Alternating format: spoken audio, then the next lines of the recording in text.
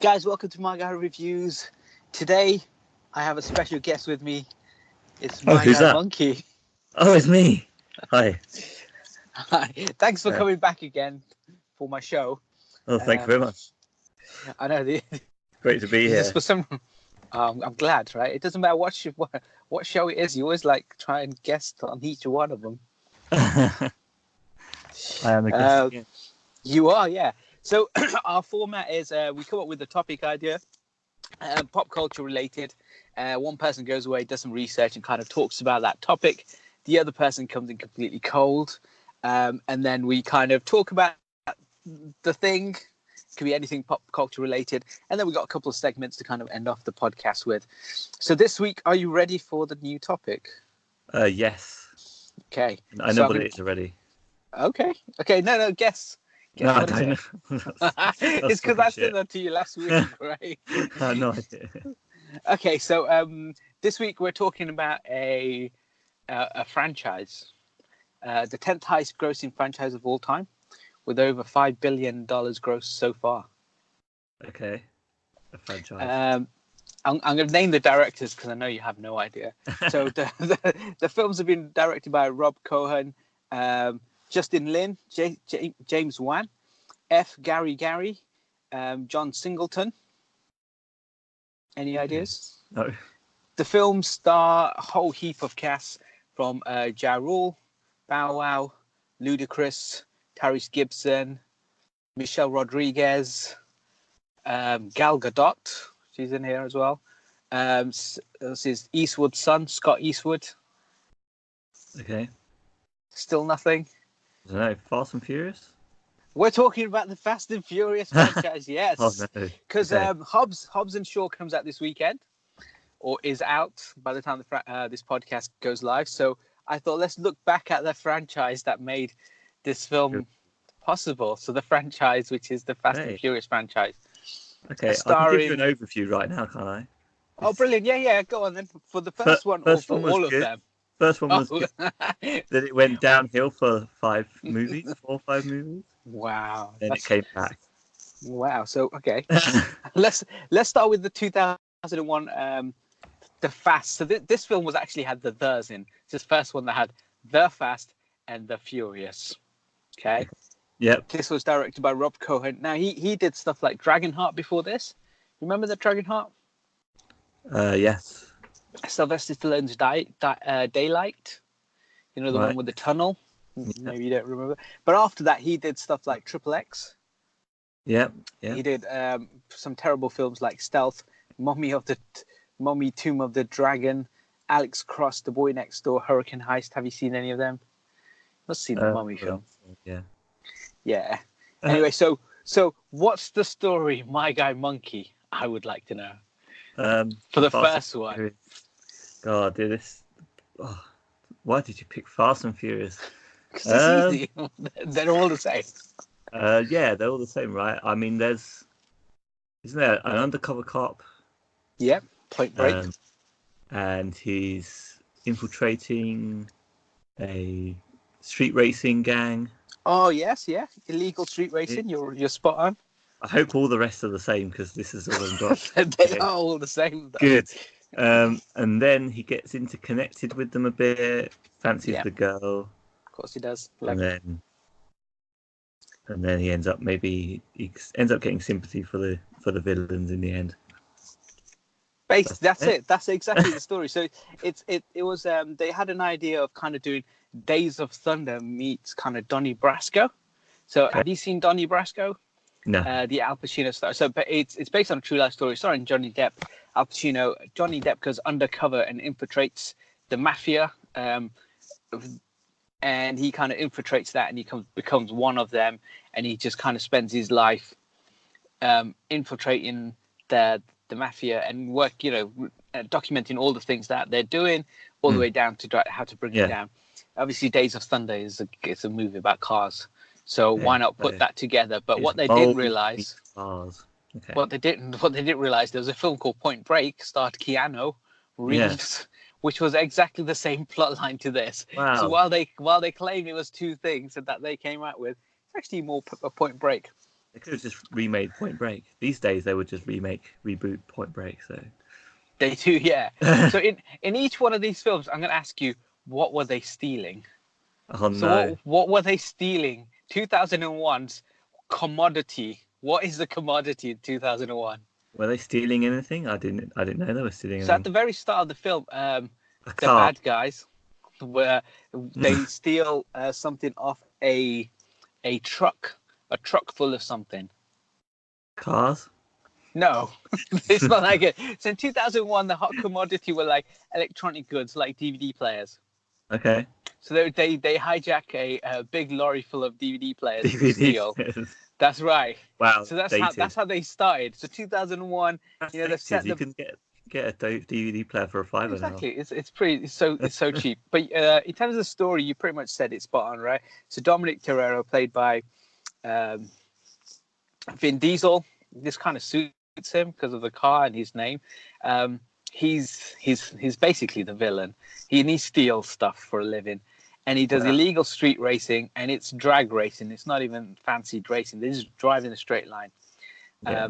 And then he, like you said, falls in love with the sister, and then starts to have sympathy for these thieves. Basically, they're a bunch of thieves. They steal stuff, and he's like, "No, what you guys are doing is good anyway. I'm gonna let you go." At the end of the film, instead of bringing him in, he gives him the car and says, "You go away, because even though you steal and you're a criminal, I think you're a good guy. Yeah. So here's the keys to my car, and you can go scot free. Bye."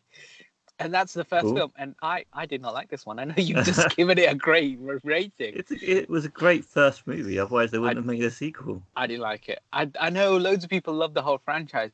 I don't like it. I don't, but I like it from later on. But we'll get there. So the first one, if we go by our normal kind of scale thing, the first one for me personally is I wouldn't even bother. I didn't like it at all, even if it is for the time. Just didn't like it. Okay. But you loved it. You said that's fine. You can love the film. I was never a fan of the Fast and Furious back in the day, but I think definitely watch this one on television because it's going to be on there. Oh, it'll be definitely on a streaming service. It'll be on TV all the time. Yeah, they show it. Just watch it if you want to when it's on. To see where the whole kind of franchise started off. I mean, it's a good solid first film, so it is worth watching. You say that the racing is none. There isn't any legal racing really. It's just driving a straight line. Yeah, it gets a lot bigger as the franchise goes on. That's what I didn't like about it. Like people, look at these cars and they're so fast. That I just thought he drove in a straight line. I don't get it. Like, did I miss something? Yeah, there wasn't much driving about it. True. I think the first bit is the best bit. You know, when they steal and their car goes through the truck through the wheels. I think that's the only good bit in the film. Yeah, that's it. That made the movie. That's it. That's what people went to watch. That's where people kept coming back. They've made 8 of them now. So we'll get into that. Yeah. There's a count. There is a count. There is. This is number 1. This is number 1. Done. I didn't like it. You loved it. It's the best film ever. Didn't love it. But it was better than the second one and the third one. This is your 4-star. 4 out of 4. They followed this up with John Singleton directed. Do you know the title of this? It's the second film. Too Fast, Too Furious. That's right. Yeah. Yeah. Get rid of the does and swap them for twos. So Too Fast, Too Furious. Now Vin Diesel didn't return for this film. He was doing XXX, and he kind of didn't like the story or whatever it was about this film. And so they got in Tyrese Gibson for the first time. Ludacris joined as well. Eva Mendes was in this film. Right. But what's the story of My Guy Monkey, and what were they trying to steal? I can't remember. Okay. Let's guess that. In Undercover Cop again, still. He still is. Yeah. He's still going to infiltrate, and he's still got to infiltrate. Yeah. Even though it's pretty obvious that he's not going to bring him in. I guess the stakes must be to do with this maybe some heist or whatever they're stealing. That's why he cares. Why he's still doing his job. I don't know. He still likes the girl. Yes, but she's not in this one. Oh yeah. because Dominic Torero and all of them, all of those guys weren't in this one. They abandoned it. Yes. So he likes another girl? He's found another girl. Yeah, What's he Eva at? Mendes joined this one. Just rolls with whoever actress they can get in. Exactly, And as he should do. straight away.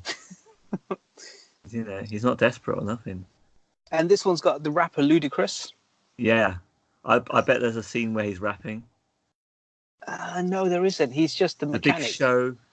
No, there's no. No, no he does. show. He doesn't rap. There is a big show, but he's not rapping in it. Oh, okay. There is a show in it though. Good. Yeah, I remember there's something. It's got to be show in this. Basically, you're right. So he's let Dominic Torero escape, and he's been reprimanded for that. But he's then again gone undercover again to bring down, this time around, an Argentinian drug lord. Oh. So basically, their cars are going to be filled with drugs, and they're going to be running from one place to the other. Drug lord. That's a bump up from the last one stealing DVD players. That's right. DVD's now into the world of drug lording. Wow. A drug cartel, should we say? Not just any old kind of lord. Drug cartel. He goes, I need to put up a crew. I need some people. So he enlists Tyrese Gibson, and Tyrese Gibson's doing like Demolition Derby stuff. Anyway, and then those two have pretty much the same film as the last one. But this one, where they race, they actually take lefts and rights. They actually turn around. Ooh. The racing, I personally think, is better in this film. Well, they bumped it up with the turning. Yes. That's so the crazy. first film I did not like at all, because you just drive in a straight line. They did one heist. It's kind of boring for me. But this one, they were driving and they turned the car left and right. They took turns. It was brilliant. Well, I say brilliant. Cool. I bet all of the driving looks terrible because it's bad CGI. It would be now. Yeah, going back. But I mean, the director as well. They had John Singleton direct this one. So do you know much of John Singleton? You don't know anything. You tell me. Let me know. Boys in the Hood. Okay, he yeah, directed. Yeah. So that's a great film. He also did some terrible films as well, like Shaft 2000. But even after this, he did Four Brothers, which I really liked. Four Brothers. But then he sadly passed away, so he's not been called back to do any more of these films, and he can't do any more kind of things. But so they for this one, they obviously couldn't get back Vin Diesel and stuff. They chucked more money at it. They changed up the star cast, but they kept Paul Walker as the main lead, and they brought in Tyrese Gibson. And there's a bit at the end where I don't know if you remember this one much, but Ludacris is in kind of a car. They open up a garage and not hundreds, loads and loads of cars come out. Right, yeah. And they're to confuse the people because those two are going to run off, not run off, but escape with the drug money. I remember that now, yeah, wow. And they obviously swap cars because Ludacris and the girl, I think it's Suki, they get caught. Anyway, that big twisteroo thing. And it's basically that the drug cartel says to him, I need someone who can drive my money from here to here. And he sets them a task to go steal a car from a car lot and bring it back within a set period of time. And if they do that, he'll hire them to do this other job. Just like Driver. Video game. But actually, as much as I don't like the first one, I think this one for me personally is a step up. I think only because the driving got better. And, I mean, it's not a good film, but still, those things, the elements that I didn't like in the first film, I feel like they addressed and made them better for myself. So if the first one is watch free of charge on your streaming service, this would be the same. But actually, if somebody said, which would you recommend over the two? For me personally, I like this one better so far. Nice. Where would you put it? For me, the problem with it was the sort of the attitude and the feel of it all. Like people were just going there for the car stuff. And if you like the car stuff, then obviously the Fast and Furious series gets a step up, like you say. But the story I think the first one was a bit more of a personal story. And it starts to become more and more just about the cars for the next few films. So it's okay if you like a bit of if you like the cars, it's fine. But I think it just put me off like the whole boy racer sort of. It was just more about cars and cars and cars all the time, and no longer about story. Yeah. There is a story. 2 stars. 2 stars. Oh, you went from 4 to 2. Wow. so really disappointed you. So the next film is almost a whole new star cast again. Do you remember the title of the next film? Number 3. 3 Fast, 3. No, it's not. The Fast and the Furious 3? No. I can't remember. It may have been called Fast and Furious 3 somewhere, but it's mainly known as the Fast and the Furious Tokyo Drift. Oh, yeah. And this is the one that they went into Tokyo for. Did they? Tokyo? Yeah. Wow, they should put that in the title to make it. But also, this film acts as a prequel to the next films, like 4, 5, and I think 6. And after 6 is where this one would fit in the chronological order. But for Fast and Furious, we're just doing it in release order. So this is number 3. And this is the first time Justin Lin is directing these films. He then directs a whole bunch of these films, and he's still directing the last 2 as well. So that's why it's quite an important one. So this one, a whole new star cast. Do you remember anyone from this film? Lucas Black, Little Bow Wow, or just Bow Wow? Bow Wow. Nice. So he's the rapper this time. So Does he rap? Yeah, of course he raps. At last. Not in the film. No, he does not. None of these films do you have a rapper rap. So even though we've got a rapper, an R&B star, none of them rap/sing in any of these films so far. Who knows? The next one might have Ludacris and Tyrese Gibson song. Cool. That'd be quite good. And so this had Bow Wow. They took it out of the streets of. He's in like Arizona school, and he does that race. Not race, but he does that thing at the start where he drives those vehicles. I think it's the Dodge Viper. Do you remember the start of this film where they're driving along and he's chasing after the other car? Yeah, vaguely.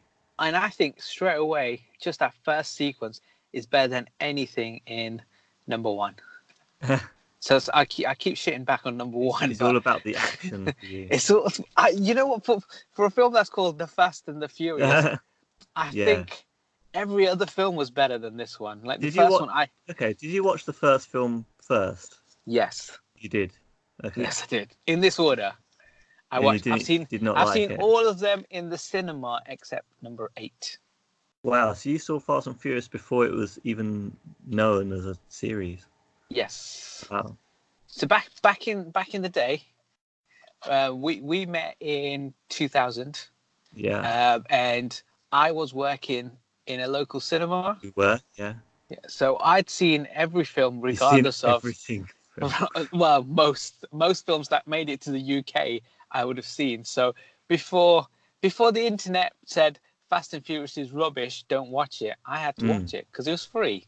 So I used to watch loads of these films, right? So I've seen them all in the cinema. Episode number 8. But yeah, so I think it got better. And actually, this is the first one where the cars drift. So they went from driving in the straight line to taking lefts and rights to turning to now drifting. I think in terms of the car evolution, it's got better. Because they've added drifting, of course. Of course, it's much better. Like Vin Diesel drove in the straight line and people got so excited. Then Tyrese Gibson was driving and he took a left turn. I got excited. And now they were drifting. Drifting, wow. Is it going to keep going like this? They always add something. We'll find out. In this one, he's basically he gets kicked out of school, and to avoid like juvenile detention or jail, his dad, who's like the military U.S. Navy guy, goes, "Okay, look, let's go to." I can't remember why they go to Japan, but they went to Japan instead because I think maybe his dad was working there. Yeah. And then you never see his dad again, and his son just kind of goes off and does his school day. And he meets Bow Wow, and he learns about this underground racing, which is drifting. That's what it's all about. In this one, they don't steal anything. It's just about kind of like that relationship that he has with the girl. I don't think they steal anything, but there's just a lot of driving. The very end has that cameo. Dominic Toretto appears at the very end of this one. Do you remember this? So at the very end, Lucas Black is about to do another race, and he turns either left or right. I can't remember because their cars are weird. They're not on the same side of the road as us. And he sees Dominic Toretto in the same car as previously, because this ties into film number 6, where Han, because at the end of 6, when is it? At the end of 6 or at the start of 7? But when Jason Statham's car smashes through his car and kills him, so then that's why Dominic Toretto is in Tokyo to try and speak to him to find out what happened and how Han died and stuff like that. Right. So that's why he appears here. Wow. And also the reason why this really happened was Universal wanted Vin Diesel back on the franchise. Yeah. But he didn't want to be in number 2. And he said, give me the rights to the incredible Riddick film, because I'm going to make loads of sequels and we make tons of money off that film. And they're like, yeah, sure. Only if you make more Fast and Furious films. Okay. So I think Universal got a better deal. I think he got a shitty franchise back, but they got him. They got him good with this Fast and Furious film. It did good. It did good for everyone in the end, I think. And so this is when we first start to see the franchise setting itself up properly as well. As soon as you get Van Diesel back. Vin. I know he's like a car. Diesel van. So based on kind of like your memory of the film, what ranking have you given it? So you've given the first one a 4-star. You call it a 3. Masterpiece. The second one a 2. This one's a 3. So this one's a 1. What?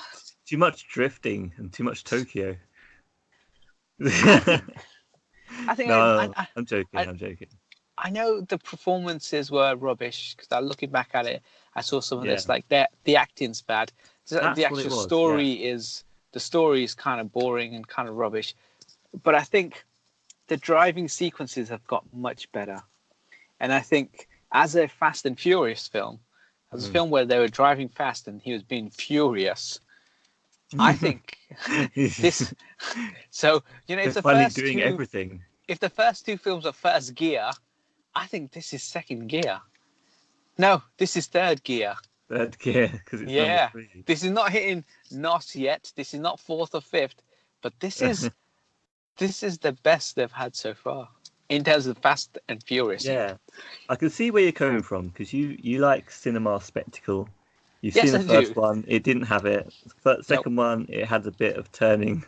I got drifting.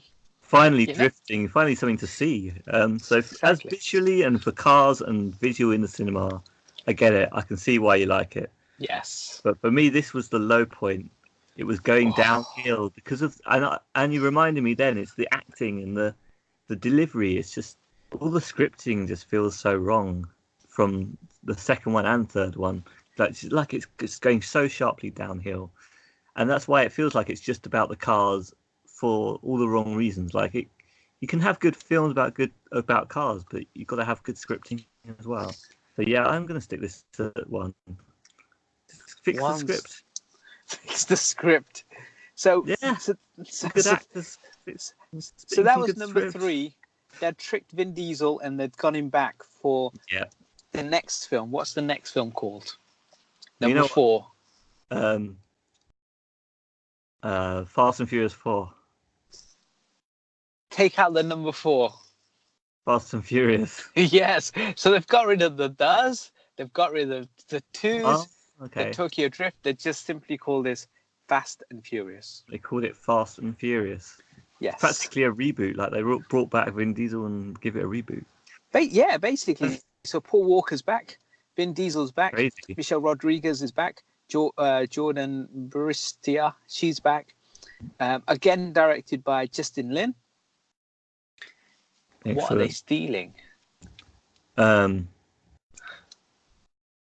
mean, I don't know. They steal it every time the car. Have you ever seen them steal a car? I'm hoping in the next 3 or 4 films they steal a car at some point. I'm pretty sure I saw them steal some cars. In this one, they steal a fuel tanker. Okay, yeah. At the very start of the film. But what's the story, My Guy Monkey? Well, what they do... Number 4. They steal an oil tanker. Yes. Vin Diesel is back. Yeah. That's what I got. What happened in 4? So in number 4, so basically... Is there again? I think he's not undercover anymore. I think he is overcover. Okay. Then... I think they know by now. Come on, mate. No, not yet. Okay. Spoiler alert. So in this one, they start off by heisting a fuel tanker. So they've gone from actually stealing DVD players, electronic goods, to now stealing fuel tankers. Yeah. In doing so, obviously these thieves stole from someone who then wants retribution for that. And this is the one where we see the guy kill Letty, Michelle Rodriguez. Do you remember this bit where the car spins over, the guy walks out the car and he shoots her? Right, that's a big moment. Big moment, and she's dead. They show it in the trailer as well. I think they should have kept that a bit secret. But anyway, and then Vin Diesel comes back. And then he discovers that Brian was using her as an informant. Right. Because he's overcover now, like I said. Yeah. Everyone knows who he is. So he's using Letty to go undercover to try and find out about another drug cartel. So more drug stealing, fuel tank stealing. And more drama, by the sounds of it. Yeah, well, I think this time they go to Mexico. So again, I think this one... For me personally, they ain't that interested in every film. I think the action sequences weren't as good as number 3. Okay. From what I remember watching this week. I think so far we had number 1, driving a straight line. Number 2, turn left and right. Number 3, we started drifting. Tokyo drifting. Number 4, oil tanker. And then they drove through Mexico. Or on the way to Mexico through this tunnel system. Is that like a long drive? So maybe it was quite a long drive, yeah. For the Fast and Furious films, yeah, it is quite a long drive. Perseverance driving is what they added to this one, then. Yeah. So that means it's lower on your scale. Yes. Yeah? It did introduce Gal Gadot for the first time, Wonder Woman. Oh, nice. Yeah. That was the new arrival. Well, for me, I'd say it picks up. This is where the franchise starts to come back. I can't even remember it. I do need to rewatch it.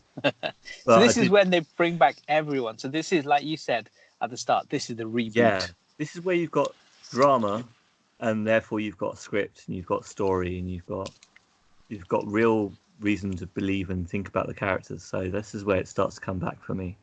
So yeah, opposite to you. This one gets a 3 star. Just like that.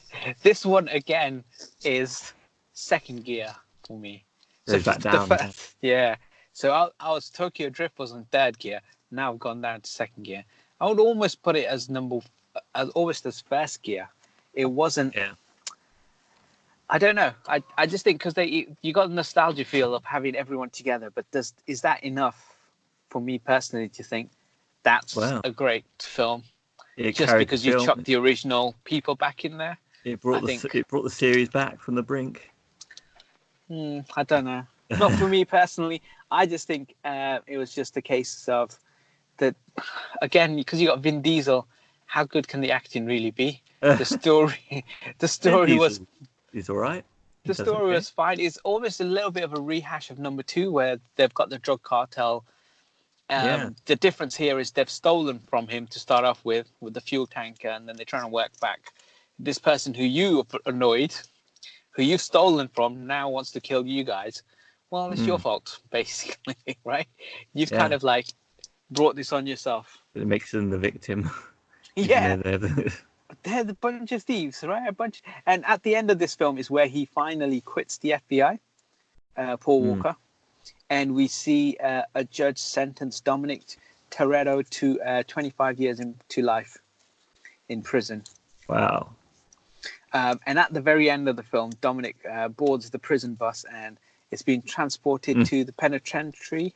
Yeah. And on that route, at the very end of the film, we see the baddies about to break him out of prison. So clearly he's a criminal, and all these other people are about to commit another crime. Yeah. But the film kind of ends with these criminals about to succeed. I mean, as soon as you see him get on the bus, you should be the first thing you should be thinking is this is a movie franchise about people who do stuff in vehicles. He's not going to be taken, straight to prison in a bus. He's going to be broken out. Yes, basically, we've got criminals who drive cars quite fast in a straight line, and you're in a prison bus. But he's an anti-hero, isn't he? Clearly, Vin Diesel. No. Let's just look back at his rap sheet. He stole DVDs, goods from someone. I mean, he doesn't give to the poor. He keeps for himself. Yep. So how's that anti-hero? He's literally that's what anti-hero means. He's a thief. You're a hero, but who's the hero in? Who did he save? He's the hero of the movie. He's not a hero of the film. He's the center of the story. So he's a criminal. He's a downright rotten criminal who got 25 years. So a judge in the judicial system and a bunch of people of our peers judged him to have committed crimes. Yeah. To give him 25 years to life, he's a criminal. He's a criminal. And he deserves to spend 25 years to rot in prison. But clearly, you think he's an anti-hero. I don't know who he's saving. Who is he saving? He's causing all this himself. It's all about family, yo. It's not about... You expect your friends are your family and your cars. You got to save the cars too. Yeah, so Mal, slip it back to first gear. Thinking about it, this film is just as bad as the first. That's film. I'm getting 4 stars then. 4th gear. What's the next film in the franchise? Fast 5. Yes, got it. You can trick me with that one, didn't you? Justin Lin is back, and what's the story, My Guy Monkey? I've forgotten. There's a heist, isn't there? Is there a heist in this? This is a heist movie. Yes, this is. It's also in some places it's called Rio Heist. Wow. Okay. I'm guessing it's in Rio. Yes, it's in Brazil. Oh look, I knew that. Brazil. I remembered. So this film is notable because Ludacris comes back, but also it's the introduction of Dwayne "The Rock" Johnson into the franchise. This is his first entry into the film. Okay. And it is, so the film starts with them breaking him out of prison, as you refer to him as an anti-hero, the criminal, as they break a criminal out of a prison bus. That's how the film starts. Yeah. Wicked. But what was good about this is actually the driving's got better. The action's got better. It's been really ramped up. The action is just gone. This is the point where the franchise starts for me when it comes to Fast 5. Cinema, Fast 5. So they go from stealing DVDs, little break, steal a fuel tanker, and now they're stealing $100 million from a corrupt businessman. There we go. Now they're the good guys. They're stealing from a corrupt businessman. But they didn't give to the poor, did they? They kept the money themselves. They bought flash items themselves. They built themselves a house with money. So he may have stolen from other people. They stole from him. And they spent that money. Now, at least the corrupt businessman didn't spend that $100 million. He had just accumulated that money. Yeah. Who knows? In 6 months to a year, his plan may have been to build a hospital, a school, a university. We don't know. Yeah. But we just know Dominic Toretto stole that from him, and he'll no longer be able to fulfill his dreams of building all this stuff. Yeah. Orphanage. Only so they can buy some flash cars and live a happier life with them. Yes, the heroes. The thieves. The centerpiece of the story that we support, therefore the heroes. As much as the shit on this franchise, this is my favourite film of the franchise. There we go. I love Fast 5. Yeah. This is me in 5th gear hitting NOS. Yeah, this is when so cinema. This had everything I always wanted. Like they drove cars as you'd expect. Storyline is straight lines, but also when they had the safe at the back of the two cars, and the safe was rolling down Rio, smashing into cop cars, smashing into buildings. It was just amazing. Like they just ramped up the franchise to the next level. Like the number 4 was boring. I thought this time these criminals, these thieves have gone off and they've stolen $100 million, bunch of thieves, but they've done it so well. I also liked a bit, when they start to plan out the actual heist, and they build like a replica area to try and do cars to try and drift around to see if they can do it in a certain time. They actually show some more of the planning side of it all. Yeah. That's the way to do, like, when you have heist and you have planning, which can be very boring, that's the way to do it right. Is make it exciting, do some test runs, stuff like that. Yeah, exactly. I also like this one because Dwayne "The Rock" Johnson's in this. Him and Vin Diesel have a good, like, kind of fight.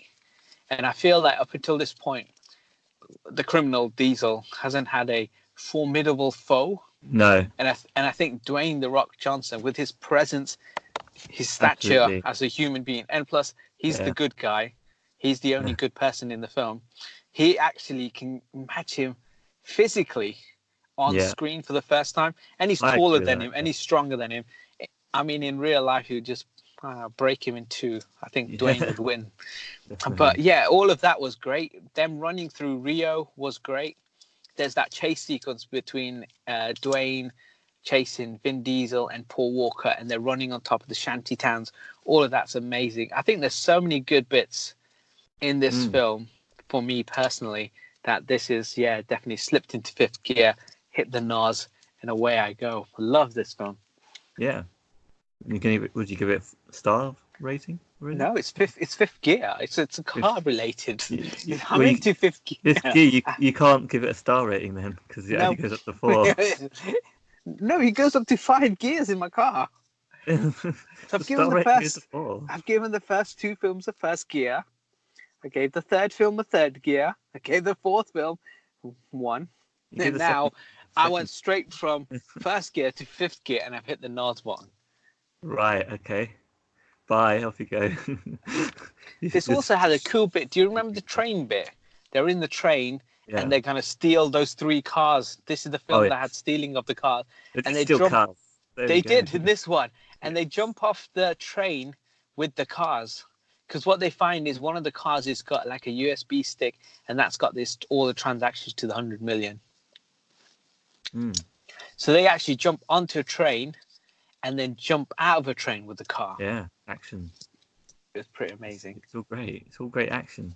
Out of the stars, I would be giving this 4 stars for cinema. 4 stars in the cinema. Yes. So this is as good as it gets. This is when it starts being cinema. Yeah, cinema worthy. I think that you can watch them in the cinema, but they're not that good so far until this one, and then this one was incredible. Yeah. Okay. So then, after Fast and Furious 5, the best film in the franchise. What was the next film, or what was it called? Easy. Fast and Furious 6. Yes, that's it. They got so lazy, they just called it Fast and Furious 6. But in some places, it's called Fast 6. Yeah, and also Fast 5 was, although that was the official title, I have seen it called Fast and Furious 5. Oh, okay. Somewhere as well, yeah. But I did notice that. I remember specifically noticing that one at the time. It was actually called Fast 5. Interesting. So what's the story, My Guy Monkey, for Fast and Furious 6? Is this the one in Dubai? Nope. That's number 7. That's number 7, bugger. That's number 7. Is that the one with the tank? This is the one with the tank, yes. Oh, okay. Yeah. Good memory. Yes. That's all I remember. The story is there's a tank. There's a tank, yep.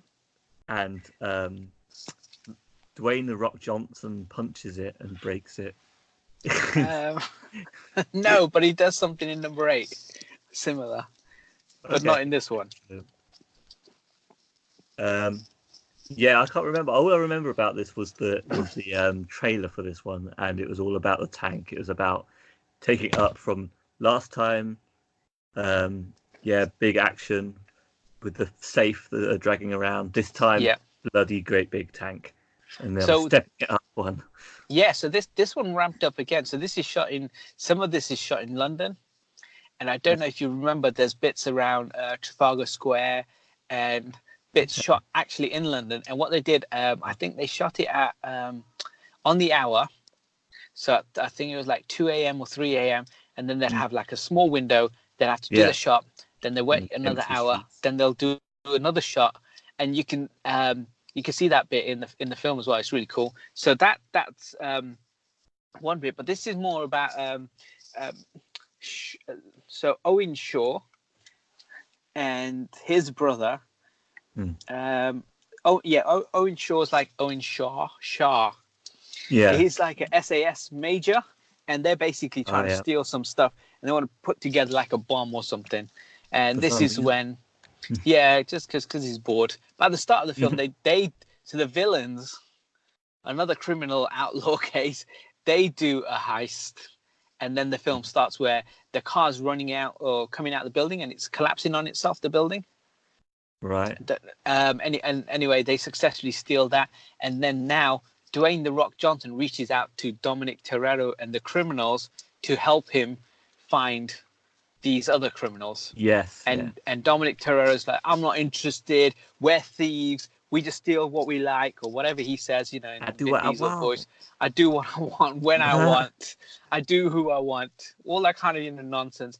Then he goes, well, they've got Letty. So Michelle Rodriguez, do you remember? She got shot in the head in number 4.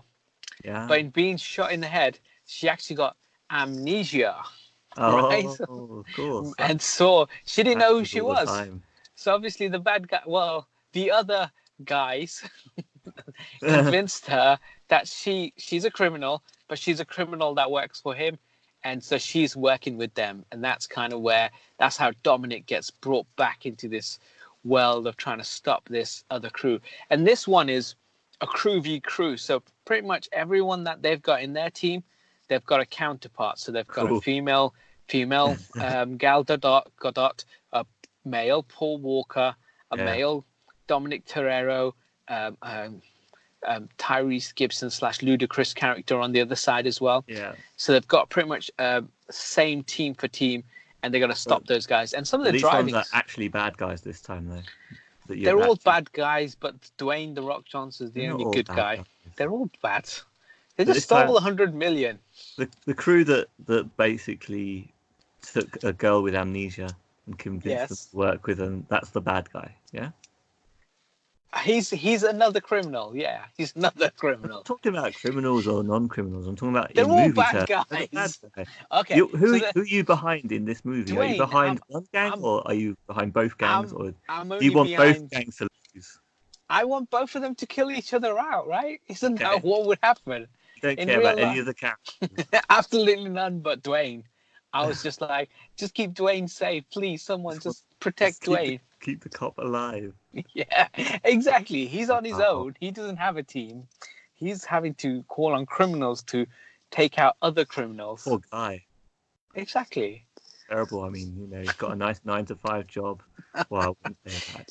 He's got a daughter as well, which we see in number 7. Daughter, there we go. It's just, it's such a hard life having a job and, a family. It is, right? That's why I only care about him. I mean, Dominic Toretto doesn't have... Who do you relate to? I can't relate to any of the other ones. Like, can I relate to a guy who steals DVDs? No. Why do I steal DVD players? A fuel tanker? No. Why do I steal fuel tankers, right? I think you might be in a minority in some ways. I think there's a lot of people that...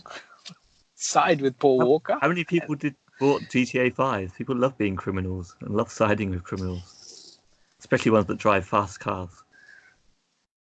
and buy everything that they want. Well, because this was shot in England as well, and it had Luke Evans. I was kind of rooting for him because he's British. The other guys were American. If we're waving our flag, minus Dwayne, obviously. Was he on the bad side? Bad guys. They're all bad guys. He's on the he's the guy who's trying to what he's doing, he's going out and he wants to procure a weapon and he wants to procure items And unfortunately, people won't sell it to him. So he just goes around and he's like, you know what? I will take a piece from here. I'll take a piece and I'll build it myself. That's all he's doing. And Dominic Toretto is just coming in his way. He's trying to stop him. I just think, so you stole. Yeah, the British guy. And, he just stole 100 million. Dominic Toretto. And this guy hasn't even got 100 million. No, all he's trying to do is... He's just trying to make a living, right? Yeah. So I see what you're saying here. He's the good guy. He is the good guy, right? So he's like Vulture in Spider-Man film. He's just going out doing his day-to-day, and he's cleaning up the mess. And then Damage Control came away, took away his job. And that's the same thing happened to my poor boy Owen. He's just a family man. He's just trying to make a living, and then people just don't stop him from doing that. He's just trying to make a weapon to give to his kid for Christmas. Exactly. He can't afford a present for him. What did they do? Dwayne The Rock Johnson calls multi-millionaire Dominic Toretto, who's got 20 million. Yeah. Paul Walker, who would have 20 million. Terry Skinner, or 10 million, whatever. Yeah, they're multi-millionaires. People. Exactly. to try and stop this poor British guy. Yeah. He's trying to make a living. So you've got to see it from the American point of view then, because in American films, British people are always the bad guys. They always play the bad guys, yeah. They're always the bad guys. And of course, the guys that are rich and just take whatever they want, they're the Americans. They're the good guys. They're the good guys. They're Wall Street, right? All they do is they steal from the poor, and they think of themselves as the rich. They do what they want. They do what they're they Americans. want. This is why they're supposed to be the good guys. Perhaps for the British people, viewer, it's the other way around. And at the end of this film is where we get the Jason Statham cameo, where he phones up Dominic Toretto after killing Han and says, "I'm coming for you," and the film ends. Introducing another character again. Another British actor. Except this time is one that we can support, we can get behind. Yes, you already were behind the other one. I was already behind Luke Evans, but now they've introduced Jason Statham, who's definitely, I mean, him and Dwayne, that's a proper man crush there. Jason Statham. I know. Amazing. I mean, there's me, him, and Statham. There's a three-way. Yeah, I mean, it's just inevitable. They just don't know it. You could pulverize in that threesome. I would be, but wouldn't he be the best? There's nothing left of you. But I imagine like Dwayne would cuddle a lot, right? He seems like a cuddleable man. True. I mean, Statham.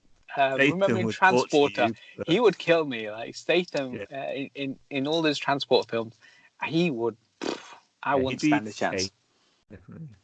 But my God, those two handsome fellas. Anyway, so this was number 6, right? If I've given it my coveted rating, I think this was for me 4th gear. Oh, it's gone down from 5th gear to 4th. Yeah, I think the Heist film is the best film in the franchise. Yeah, Heist is good. Yeah. This film became almost like a team v team film. Yeah. Even though the action is actually incredible, like some of the stuff shot in London looks amazing. There's a bit where they're driving through one of the tunnels in London, and he's in this smaller car and he's whizzing through traffic. All of that, I think it's all been ramped up to the right level. I think it's going the right way. But for me, I still love 5 the best. Yeah, I think I can agree with you. Maybe I put this into 3rd gear. I'll slip into 3rd. Wow. Because I'm just thinking ahead. Well, you've got to think ahead when you're driving. So exactly, you got to think about the road ahead. And so, where would you put this? Yeah, I mean, it's yeah, I mean, it's in cinematic mode, so I think it is a good job. But I think you're right; it is a little bit less than 5, but it's still carrying the cinema. So I say still watch it in the cinema. 4 stars. Watch. Yeah, you've got because again, what we've got coming up next, you need to just be watching all of these in the cinema, I think, in order. So the next film is the one that number 3 happens next, and then the next film would happen. So what's the next film called? Fast and Furious 7. Yes, or what's the alternative title? Fast 7. Kind of, but it's called Furious 7. Furious 7. Sneaky. So this one is directed by James Wan, the first time horror director. We talk about a lot on our podcast because I love James Wan. This was his first non-horror film as well. And this is the one where they started shooting it, and in real life, Paul Walker passed away. Yeah. So they put the film on, just kind of delayed the whole film. Yeah. Came back, rewrote a lot of it, and then his brother stepped in to kind of like not replace, but finish it off for them, and kind of go through it. So that's kind of the thing about this film. But I think I can't remember what the story is. My God, Monkey. What's the story? The story is it's all a giant goodbye to him, really, isn't it? That's what it is. That's the end of it. But what's the 2 hours before that? Is this the one in Dubai? Yes, this is the one they will go to Dubai. You've done it. And they jump from one building to another. Yes, they do. They jump two buildings in total. Yeah, that's the story. And then they say a big goodbye, and it's a quite sad goodbye for fans of the series that have watched it for 7 films now. So in each film they ramp up stuff. So the last one they had this is where they ramp it up. Definitely. This is where they jumped a car from building to building. Giant Dubai buildings. These are big buildings. Yes, it is giant buildings. Yes. This also introduced Jason Statham to the franchise. Yeah. And Kurt Russell. Mm-hmm. And basically, at the start of the film, we go to the hospital, and Jason Statham's talking to his brother, and because his brother's been beaten up and left for dead in hospital by the criminals of the last film. Oh yes. And Jason Statham says, "Well, basically, if they put you in here, I'm going to put the rest of them in here as well." And as he walks out of prison, you see how he's basically beating up all of these people around him, because you see all these kind of people in armored gear just lying on the floor, which he's beating up to try and get to his brother. And I think Jason Statham's the hero of the film. Because beating up all those people. Because his brother has been brutally attacked. Yeah.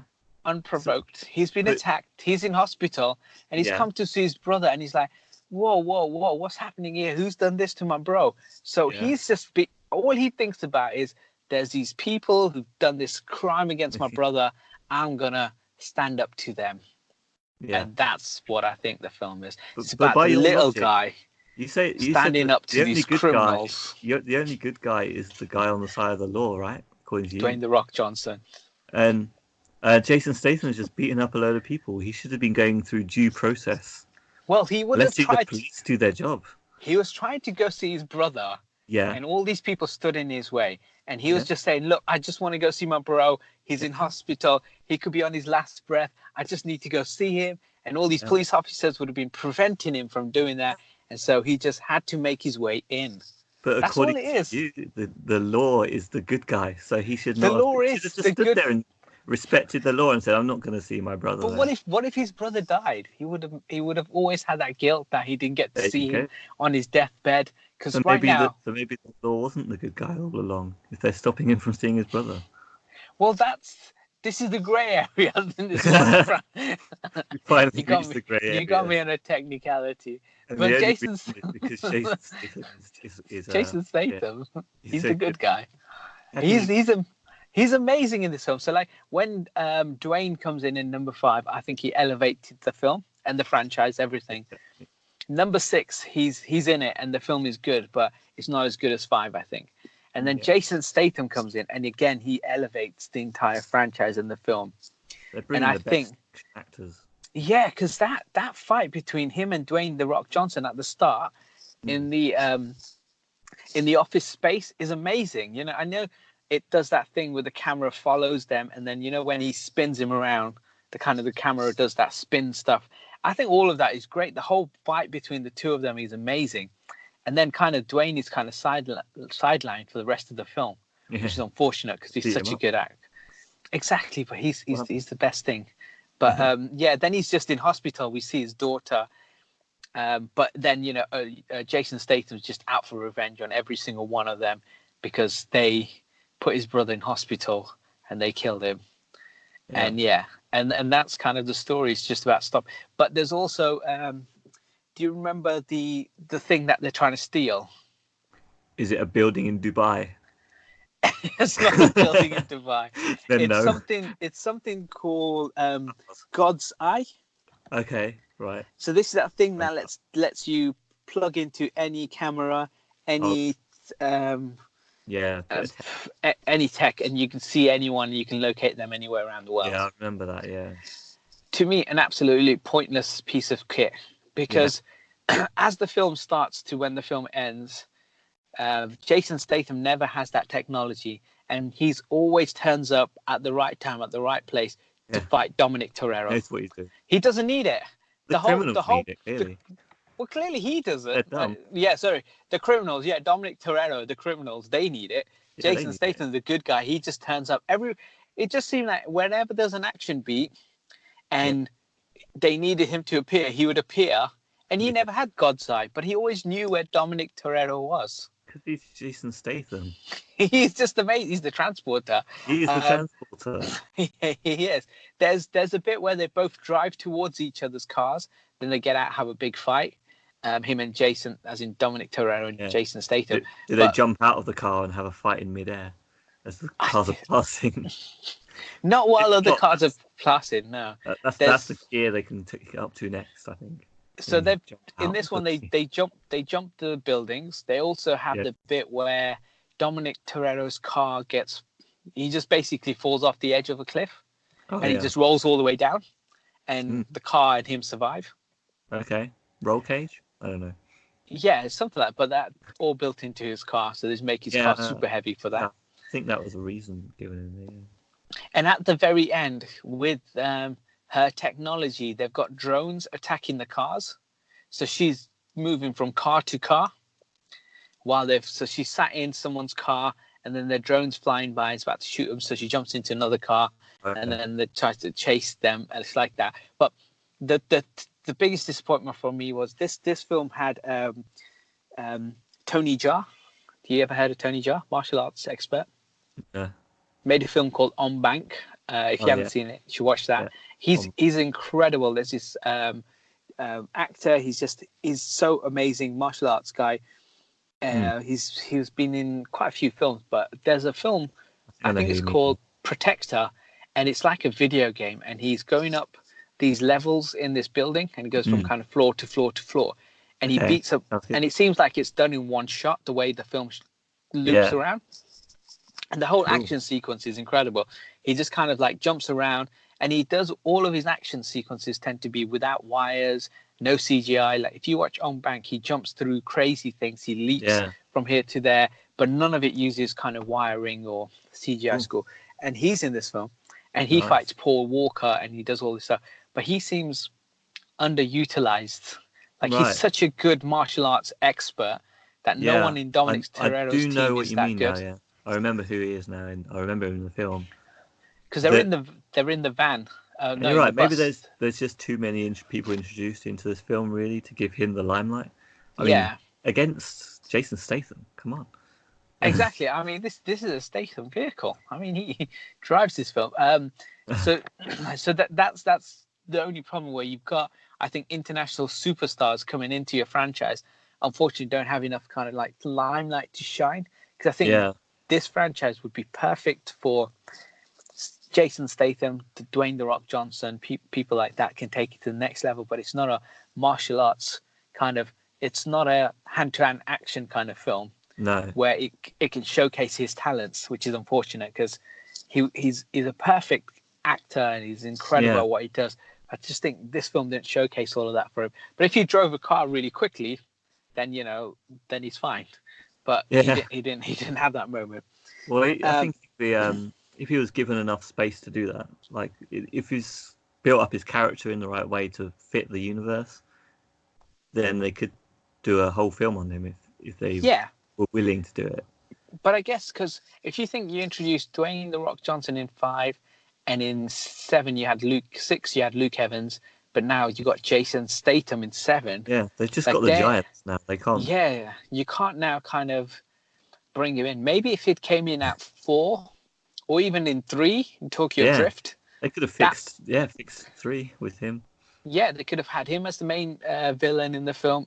He could have held the whole film by himself, and that would have given him limelight to kind of do all these cool stuff, jumping between cars, having a huge action sequence or something. But we'll see the future. We'll see if they do anything with him. Yeah, and this is a film where you're right. At the very end, they have that moment where the two cars, Vin Diesel's car and Paul Walker's car, kind of stand side by side, and he smiles at him, and they both kind of go off their separate ways.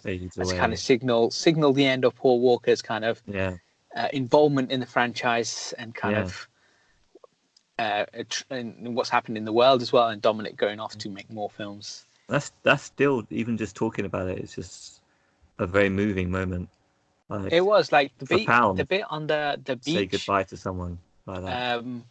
They're on the beach and they're all sat around and they're just watching Paul Walker and Jordan and their kid just playing, and you're just like, and he says, you know, I think they're happy, and I can't. Anyway, he's not one for words anyway, Vin Diesel, but he's kind of the way the film and the way the director captures it, you can tell that's a moment where the characters are looking back at it and say, you know what, his life and his world is complete, and this is his family, this is who he needs to look after. We can go off and do our own thing, but I think they're safe and they should kind of carry on doing this instead of coming into this underworld that we are all part of, and you can get killed and stuff. And then they kind of walk away. That's change of pace as well compared to we steal stuff because we want to, actually caring about someone. Yeah. I mean, he always refers to these criminals as his family in all these films anyway. And I'm sure a lot of people that grew up with the films and have seen every single one will feel like he's part of the family as well. They've seen him every time on the screen. Yeah, and with Paul Walker marrying his sister as well, so that is family. I mean, that's his brother-in-law anyway. So family, exactly, for reals. And it has that moment right at the very end, and it kind of ends off. So, what is your rating for this one? It's another cinema watch, 4 stars. What gear for you? So I was on 3rd gear for the last one. The reason why I pushed that one into 3rd is so I can go up to 4th. So this one for me, Jason Statham comes in, and this is a great film. I would almost I just think this film, and it's maybe just the way James Wan directs non-horror films, this feels just the same as what Aquaman felt like. It was from one location to the next location, to the next location, to the next location. I agree. It is, but it's good action. It's all good locations. No, but his story, like in Aquaman, they have to go get the trident. So they go from one area because they're both same director and the same. Aquaman was so poor. It feels like the film is built the same way as this one. So in that they got to get the trident. In this they got to get God's Eye. So to get God's Eye, they have to go through the following steps to get it to when they get to Dubai, and then they go to the next location, and then it gets stolen from them. So they have to go to the next location. Okay. The trident. So they go to get the trident, but before you go get the trident, he has to fight against the Ocean Master. Trident. So we go to the first place. Oh, it's not here. Now we go to the next place. Now we go underwater. Now there's a big battle. It's his story. Like, I love him as a director, but his 2 live action films just feel so similar in the way they're just bunched up together. If he makes a horror film, like when he's done the Conjuring films or he's done Saw, I think they're more cohesive and they're just so much better because there's maybe smaller budget or whatever. But his 2 live action films, I don't enjoy as much. I still love him. I still think he's great. But so this for me was 4th gear. But because Jason Statham's in there, I'd slip it into 5th. Purely. Just purely because he's in the film. Just slide it into that gear. Just into Jason's. Exactly, because of Statham. That moves us into the next film. What's the next one called? Was there another movie? There was another movie, yes. Oh, did I watch this one? I'm not even sure. Paul Walker's not in this one anymore, obviously. Yeah. But there is, as in a film that got released. They're making number 9 right now. Yeah. Hobbs and Shaw comes out this weekend, or has, depending on when you download the podcast. Yeah. There was a film in between. Okay. Was it a Fast and Furious 8 or was it not? It was Fast and Furious 8, but it's called something else. Oh no. I can't remember. So there's multiple titles, like you always say, Fast and Furious 8, Fast 8. They're the kind of like ones that not many people may call it, but it's called Fate of the Furious. Wow, Fate of the Furious. Where was it called that? Was it called that in the UK? Yes, it was. Wow, I missed this one. Okay, so this one was directed by F. Gary Gary. So this is, I always thought this guy only made a few films, and I was surprised to see his filmography. And I was like, wow, he's done some good stuff. But he also did Straight Outta Compton. Okay. Before this. After this, he did Men in Black International. You saw that. Yeah, that was okay. There's a lot of studio interference in that film. Yeah. That's why it's bad. Okay. So this film, Fate of the Furious, it stars Charlize Theron. Okay. And it starts off where they're in Cuba. Okay. And basically, he's got to drive a car against someone else's car, and he's given up his car as collateral. So they have a race at the start of the film. It's just like standard, yeah. Just like the other films, but the actual racing is quite good in this film. I've seen this film a couple of times. The actual race at the start is actually quite good. It's as silly as all things get. The car catches on fire. It's basically about to explode. He's driving the car backwards because that's always faster. Yeah, it's always driving it forwards. God. And all that kind of crazy malarkey. Yeah. And he jumps out of the car at the very last minute or second, while he must be going about 80, 90, 100 miles an hour, whatever it is, and just literally just rolls out onto the floor as casual as can be. Yeah, not a scratch on him. Like, even a car going at 50 miles, if you jump out the car, you're going to get some bruising. Even 10 miles, you're going to be... yeah, and Vin Diesel just walks off, brushes himself off, gets up, he's won the race, and that's how the film starts. But this one had Charlize Theron. Who's Charlize Theron? Charlize Theron. Theron. Hey, you know her. What's he been in? Oh, What's she been in? She won an Oscar for the film Monster. She's been in Huntsman. She's been in so many films. 2 Days in the Valley.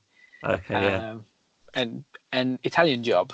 I'm naming all her rubbish films. She's been in good films as well.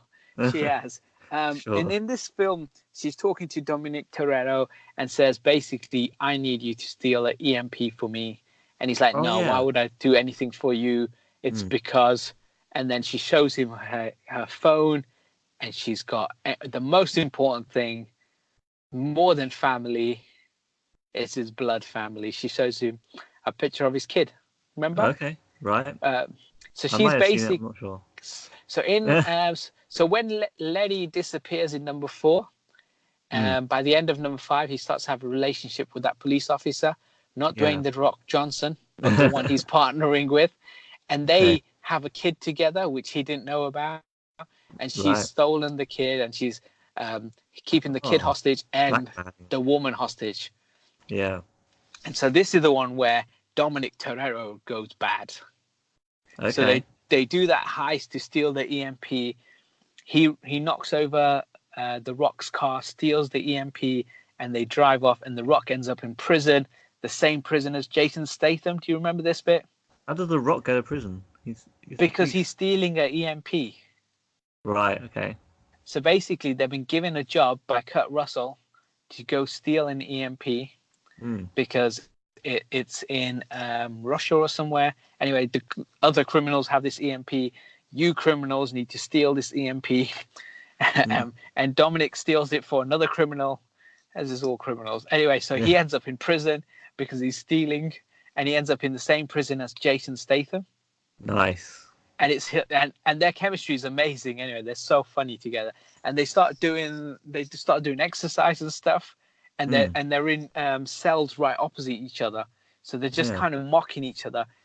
And then there's a prison break, and both of them head to the exit, beating everyone they can, heading towards the exit to a showdown between Statham and Rock, which is the showdown we always wanted. And just Kurt give it up Russell, and both leave. Exactly, and then. Kurt Russell walks in and he stops them and he breaks them both out of prison. Oh, nice.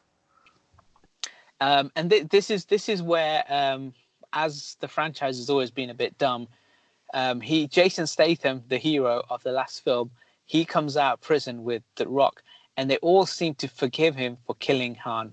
Just like that, yeah. Just like that, and he joins the criminals because he then helps them to try and stop. So basically, because he's a criminal now. So. No, he's still the good guy. No, he's never. No, he's been in prison. Yeah, there's a lot of innocent people in prison as well. You know, like he was just helping. That's what I would say. You said the law is the law. The law is the law. He was helping his brother. Blood. He was helping his blood. He was basically. No, he's the good. Anyway, leave him alone. Anyway, so Jason Statham and Dwayne, they come out and they got to stop Dominic Toretto from getting all the pieces for Charlize Theron, and she's gonna sell it. She's a hacker, because now we're into. We've gone from selling and stealing DVDs to oil tankers to now there's people with the ability to see anything, God's eye, to more hackers and. They're going to hack into the PlayStation Network, steal everyone's passwords. Exactly. It must be stopped. It must be stopped. This must not happen again. Too many times. Second time, third time, no more. We can't take it anymore. We can't take more stuff for being hacked. And there's the bit in the trailer and in the film where, remember, Dominic's car is in the middle of the road and they all harpoon his car one by one. And then they're all going to drive off in different directions to try and stop him from going. And he just changes gear. Nice. And slowly they're all on pops and all the cars are left and he just drives off. It's so silly. It's such a dumb film. So the dumb things that happen in this film, autonomous cars or driverless cars. Do you remember this bit? So he's driving around and he's being chased by police officers. He's being chased by anyone. And because she's a hacker, she can hack into all these cars. So there's multi-story car parks filled with driverless cars that she's just able to control. Because in Fast and Furious world, in that future, because it's not the real world, there's just so many driverless cars that she can just control. She just gets heaps and heaps. There must have been at least 100 odd cars, maybe more, that she just controls and smashes into other cars and stuff. If they're driverless cars, I guess it's possible. Yeah. So that's dumb thing number one. Dumb thing number two, but it's so cool, is when Dwayne "The Rock" Johnson punches a missile. So this is a bit you were saying, did he punch a car? I just made that up. I just came up with that. There's a moment where it's near the end of the film, and there's a missile that's shooting across the ice, and he just gives it a punch because he's Dwayne. He can do anything. And then the third dumb thing is when there's a submarine and they're being chased by a submarine, right? So Vin Diesel and the lot are being chased by a submarine. The submarine shoots off a heat-seeking missile. Oh, yeah. And the car is able to outrun the missile, do a turn, and get the missile to go back on the submarine. And this guy directed Straight Outta Compton. I think I might remember that scene, unless I'm thinking of Johnny English or something. Was there a scene like it in Johnny English? No. One of the three? No. Johnny English is based more on real life stuff. There was a amazing. Yeah. I know, and the crazy thing is he's directed Straight Outta Compton. Yeah. Which was an incredible movie, and it had a good story. It had relationships, and it had a kind of family stuff coming together. And then he just went, "Okay, I'm going to make this ridiculous film. Why not?" And he did. It though. I mean, I didn't like the idea of the way they just keep on beefing it up, making it more and more ridiculous. But that's kind of what it is. That's what it is. This is what the series is now. It's gone from kind of like a car being driven straight to these guys can do anything and they're indestructible. And if you want them to steal anything in the world, you get these set of criminals and they'll steal whatever for you whenever. And they'll draw up plans and they know the routes of all these convoys and they know where to jump in and jump out. Whatever it is, they can do it. Because there's no one that clever who's on the correct side of the law. There's only these people who work on the outside of the law. If you're on the right side of the law, you're in the office all day doing paperwork. I guess how are you going to ever learn? Someone has to explain all of this, don't they? Why is there a tank on the main road? Yeah. Why are there cars flying out of an airplane? They were just writing reports, yeah. Why is a submarine torpedo being punched by a man? Yeah, have we just encountered Superman who's just punched a missile? But the best sequence in this film, and maybe not the best in the whole franchise, but maybe it's top 5, is the bit with Jason Statham in the airplane. Do you remember this? He's got the kid. He's got Dominic Toretto's kid. They put a set of headphones on this little kid, and he's in his car seat, and he's shooting all these people around him and punching them and all sorts of cool things. And he's at the same time entertaining the kids so the kid doesn't cry. Awesome. It was just amazing. I mean, Statham is incredible. Now, that's something Family Man can relate to, right? Anyone can relate to that, because that's just Statham at his best, right? He can do anything. He can do no wrong, and I love that whole sequence on the plane with Jason Statham. Helen Mirren has a cameo in this as well. Nice. She plays Jason Statham and Luke Evans' mum. Sorry. Okay. She's the mum. Okay. Cool. So yeah. So I mean, what your ranking system? Yeah. For me, this is fourth gear. I mean, this is just another cinema watch, surely. It's that silly. This is just a ridiculous film. It has, but the set pieces are quite good. Yeah, I can't really judge it because I can't be sure if I've seen it, but I do want to see it. Because the start race is good. It's a bit of fun. I think it's on Netflix right now, so it'd be worth watching. Then watch it for the Statham bit on the bus. That's great on the plane. And this is the one most notably because this is the one where I think Dwayne "The Rock" Johnson called out Vin Diesel as not being a nice person in real life. And if you watch this film, and if you haven't seen it and you'll watch it back, they do not share one scene together on screen. They're just not on screen at all in the whole film. So it seems like there is friction between the two of them, and it was caused because of this film, and they've kept the two of them apart all the way through the film. Wow. So what's the next movie going to be looking like? Well, the next film is Fast and Furious 9, which is being shot right now, directed by Justin Lin, but John Cena's in. Dwayne is out. Okay. So he's not even in the next film. Dwayne is out. Oh, no. Yep. And Jason Statham's out as well. What? Jason Statham is out? Yeah, because they're currently shooting that film while these two have just finished Hobbs and Shaw, which comes out. So they've got their own spin-off film. Oh, okay. I see what you mean. With Dwayne "The Rock" Johnson and Jason Statham. So and plus they might be working on other things right now. So they've gone ahead, and so far they've signed, Vin Diesel's back, Michelle Rodriguez is back, Maya, they've gone totally separate. Tyrese Gibson. Yeah, so in this one, number 9, they're not in. Charlize Theron's back. John Cena's in. Yeah, but what Hobbs and Shaw is number 9, surely? In the franchise order. It's Fast and Furious Presents, so it's like a spin-off movie. Presents, no. It's a sequel. It's Hobbs and Shaw, a Fast and Furious story. But it's not number 9, no. That's crazy. I mean, they're just completely splitting the franchise by the sounds of it. Yeah, so this is basically there are other spin-offs, and there's a TV show coming out soon, Fast and Furious, Sky Racers. Was that another Netflix series or? It is a Netflix series, but it's a cartoon. Okay. And then that will have its own life. Obviously, if Hobbs and Shaw does really well, you might have a Hobbs and Shaw sequel. So you could almost have a different spin-offs from the Fast and Furious.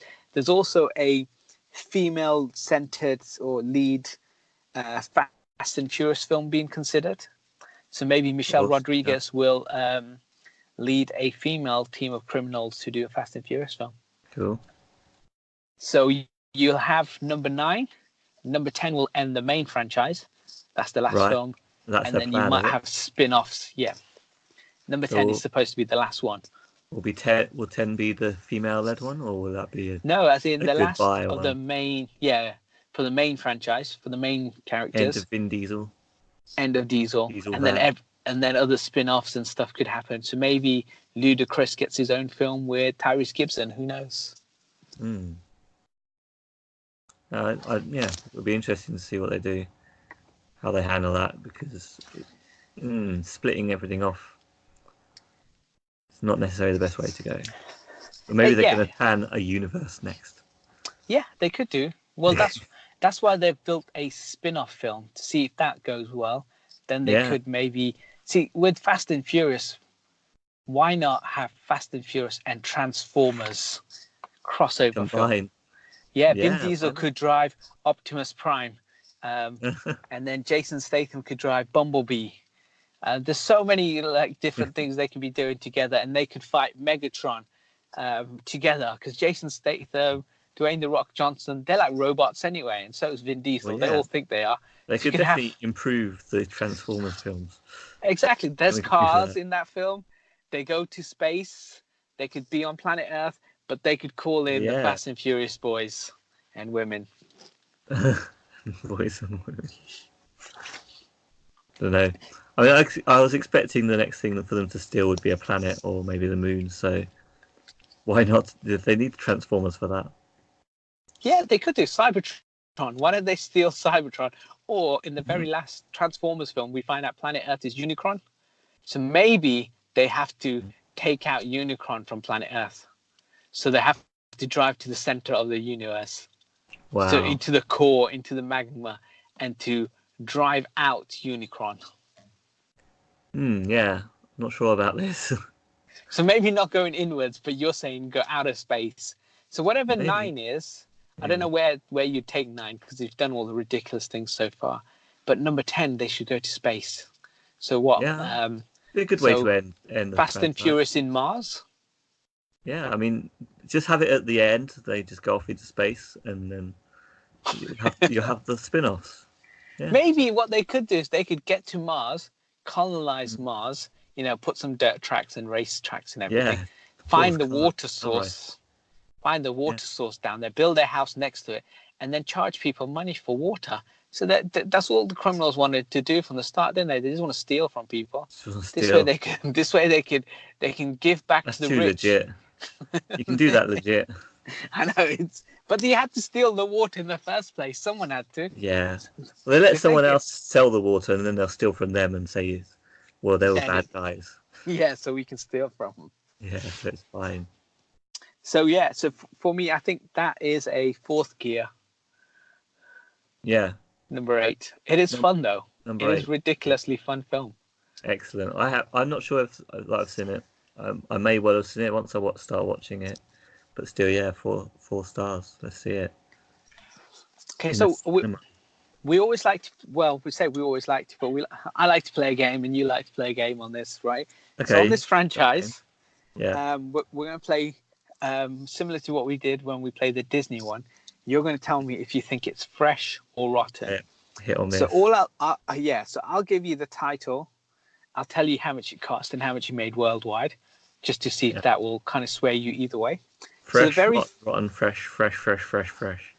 So the very first, the Fast and Furious, cost like 38 million. So it's a very small film in comparison to some of like the bigger action films. But even like the first John Wick film is about 20 million. So this didn't cost a lot. But worldwide gross of 207 million. So critic response, what do you think it was? Fresh. Rotten. What do you think the fan response was? Fresh. Yes. The next film, directed by John Singleton, so the guy who directed Boys in the Hood. It's a great director. Too Fast, Too Furious. Budget almost doubled, 76 million. Grossed 236 million worldwide, so it's made a lot more money. What was the response critically? Rotten. And fans? Oh, fans. Oh, that's a difficult one. Fresh. This one was double rotten. Oh, as it should be. So the next film, Tokyo Drift, Justin Lin's first film, right? 85 million budget, worldwide gross of 158 million. Critical response? Rotten. And fan response? Rotten. So this one was rotten critical, Fresh fan response. I got it round the wrong way for the last film. So the next film, Fast and Furious, the film without the does. Fresh. Cost 85 million, grossed 363 million worldwide. Critical response. Fresh. And fans' response? Fresh. This was rotten critical response. Wow. Fresh fan response. Okay. So, like the first film. Then the next film is Fast 5. Cost about 125 million. So now they're chunking in some serious chunk of money in here. Grossed 626 million worldwide. What's the critical response for Fast 5? Fresh. So far, it's been mainly rotten, and you're going fresh. Okay. Yeah, fresh. And I'm not giving up. Fresh. This one is fresh. Yes. Yay. Fast and Furious 6 or Fast 6, costing 160 million. So this is the one that they shot in London. Gross 788 million worldwide. So now we're making some serious loose change. Critical response. Fresh. And fan response. Fresh. Double fresh, you're right. Yeah. Fast and Furious 7, the Dubai heist, the one where they jump from building to building, cost 190 million, grossed 1.5 billion. So this is the biggest in the whole franchise. This one made the most amount of money. And actually, I think based on kind of the numbers, it's biggest profit margin as well. Critical response for a film that is just one set piece to the next set piece to the next set piece, stealing a piece of property that you didn't really need because Jason Statham turned up to the right place at the right time. Well, I think critics would be a little bit more critical about this one, but I'll still say fresh. We'll see. And fan response? Fresh. What if I was to say you're right, both are fresh. The next one is the most ridiculous one of all, Fate of the Furious, which is about him trying to get his son and has the driverless cars, the punching of a missile, a car outrunning a torpedo. Cost 250 million, so this cost loads more. Gross 1.2 billion worldwide. Critical response? Fresh. Even though the film is that dumb. And fan response? Fresh. Because 67% class is fresh. So it is fresh. And fan response was 72%. Fresh. So again, fresh. What is it you need to get fresh? I thought it was 70%. 60 and above. 60, okay. Excellent. So they're just scraped in. But okay, so last one we'll play. Based on kind of percentages, you choose either critic or fans, and then you got to guess higher and lower from the last percentage. Okay. So which one do you want to do, critic or fans? Well, so we're doing the same thing, but yeah, because you don't know the percentages, you just need to say higher or lower. Okay. Can you'll remind me of which was... I'll tell you which film, and you just got to say which one you want to do. Do you want to do fans or do you want to do critical response? I'll do critic. Yeah, okay. I'll do critic. So the first Fast and Furious had a critical response of 53%, okay? Yeah. So Too Fast, Too Furious, higher or lower? Lower. Lower, 36%, yes. Tokyo Drift, then number 3, higher or lower? Higher. Higher, yes, 38%. Yes. Fast and the Furious. Higher. 39% by 1%. Yes. Fast 5. Higher. 77%. Wow. Fast 6. Oh no. Lower. Lower, you're right, 70%. Yes. Furious 7. Oh, higher. Higher at 81%. Fate of the Furious. Lower. Because I told you 67%. You're right. Did you? I forgot that. Yeah. Shit. Yes. You did it. There you go. Yeah, man. Look at that. Nice. You are a fanboy. Through and through. That's what that proves. It proves that I knew where the series was going all along. I got my finger on the pulse. But do you want to try the fan response then? No, too hard. Because you have no idea. Too hard, that one. Go on then, let's do it though. Let's do it. Okay, so the first film, The Fast and the Furious, was 74%. Higher or lower for Too Fast, Too Furious? Oh, it was lower. That's right, at 50%. Tokyo Drift. Higher. Higher or lower? Yeah. Then higher than 50%. Yeah, higher. 69%. You're right. Then the one where they did the reboot, brought everyone back, Fast and Furious 4. Higher. Higher. It's 67%. It's lower. Oh, shit. Oh, I knew that was a difficult one. You're too cocky. And then Fast 5. Higher. 83%. You're right. Fast 6. Lower. 84%. Oh, wow. Literally 1% more. Furious 7, the highest grossing one in the franchise. That was lower. You're right, 82%. And Fate of the Furious, lower. The last film, 72%. Yeah, so it's on a downward spiral. That's what you got right. Not too wrong. Too wrong. Brilliant. So then that's the Fast and Furious films. Yeah, good job. I think for me, favorite is number 5. What's your favorite one? Yeah, I think 5 as well. That's when because it became cinematic then, and yeah, that was a good job. It was good at bringing it back to everyone, cinema goers. And I have one kind of just last piece of trivia, right? So each one of the films have released. Not each one has released, but there's been singles that have come off of that. So we'll rank 3 of the songs that I know that I enjoyed. Okay. So basically, in number 5, it has a song called Danze Condro, and it's a Spanish song with Lucenzo and Dom Omar, and it's a dancey, upbeat song. If you heard the song, you'd be like, "Oh, I remember this," because it plays most of the way through the film. So that's song number 1, which you've never heard.